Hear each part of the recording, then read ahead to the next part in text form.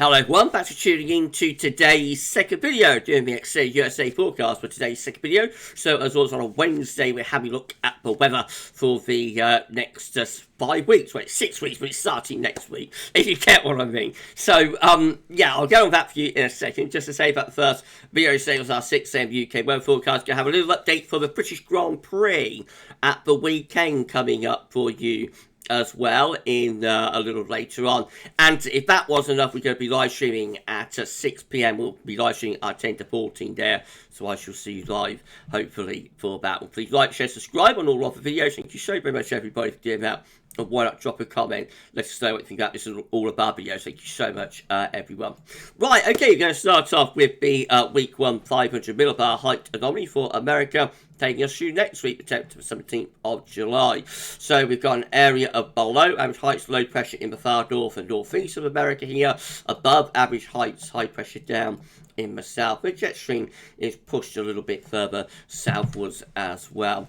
Temperature anomalies for next week look like this: cooler than average across many northern portions of America, from the Rockies through the Midwest over towards the eastern seaboard. Much hotter down in the south, the southwest. Real extreme heat there through much of southern America. It's a hot time of year anyway, so if we'd like 3 to 6 degrees above average, Texas, Oklahoma for example, then it's going to be really hot. Obviously over towards the west coast, not as hot there, temperatures closer to average. And as far as precipitation is concerned next week, well, that trough of low pressure brings useful rains into the Midwest and the east and the northeastern portion of America. Drier though out in the west and the southwest and across the more southern states. Also the northwest looking a little bit wetter through there. So you can see clearly where that trough of low pressure is sitting here in the north and in the northeast of America. Okay, week 2 will be the 17th to the 24th of July. Let's have a look at that one then.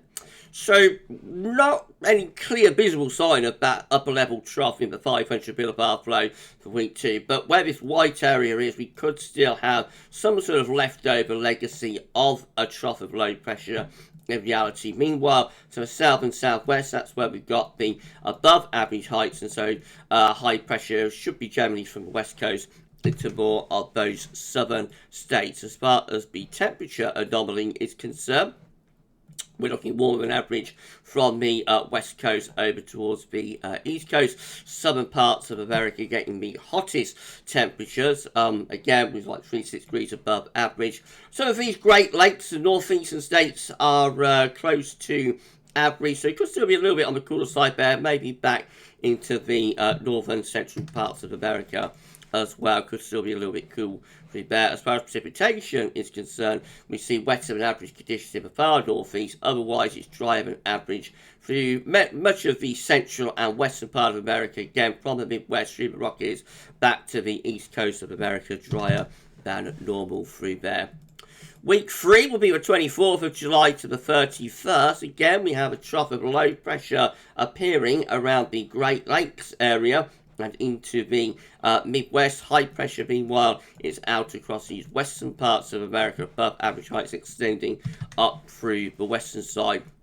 Temperature anomaly looks a little bit on the cool side again for much of the Great Lake, Midwestern and Eastern region. It does turn much warmer as we get to the Rockies and west back towards the Pacific coast. And of course, many of these southern states also looking significantly hotter than average. And as far as precipitation is concerned, wetter than average over on the eastern side and some degree towards the west coast, but largely drier than average in the northern and also central and southern part of America.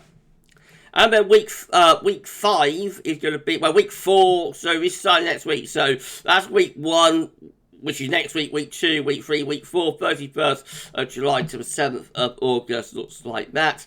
So, a little bit of a weaker signal for this week. Higher pressure up towards the northwest of Canada and down into the far southwest of America as well. The temperature anomaly is a bit on the below average side, a little bit cooler than average through the Great Lakes and towards the east coast. For southern states, still warmer than average, and the northwest still more than average too. As far as precipitation is concerned, weakening signals, looks a little bit on the wet side. So the western part of America, southern states drier than average. And then lastly, we get through to week 5 or week 6. It depends on whether you take this week as the first week.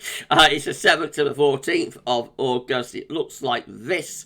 Very weak signal. So just put in a question mark and we shall move on to the temperature anomaly, which looks warmer than average across the southern states and up in the far north, a little bit on the cool side through the eastern portion of America and western portion of America too. And as far as precipitation is concerned, very weak signal. Could be a bit wet along the eastern seaboard and out towards the Pacific west coast, but drier than average in most southern and southwestern parts of America.